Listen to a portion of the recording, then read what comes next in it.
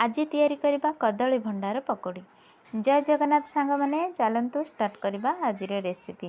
भंडारू शस बाहर करी सफा करी छोट छोट करी काटी नेली। सेतिरे किछि बंधाकोबी नेइछि आ गोटिए आलू नेइछि।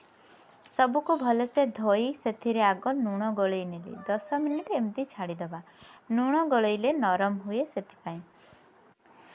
तापरे दबा मसला खाइबा सोडा कला जीरा गोटिए कटा टमाटो अदा कंचा लंकार छेंचा हेंगू जीरा जेतिकी आवश्यक सेतिकी परिमाण रे देबा बेसन देई गलई नबा। ता भितरे मु एठी कढ़ई रे तेल गरम करबा को बसई देइथिली। एबे तेल गरम होई गलानी छोट छोट करी एमिति छाणी नबा। बाकी जहा थिला ताको भी मु एठी छाणी नेली। रेडी होई गला हमर भंडार पकोड़ी। खाइबा को भारी टेस्टी लागे। थरे घरे बनेई खांतु। मोर ए भिडियोटी भल लगथिले लाइक शेयर सब्सक्राइब करबा को भूलिबेनी।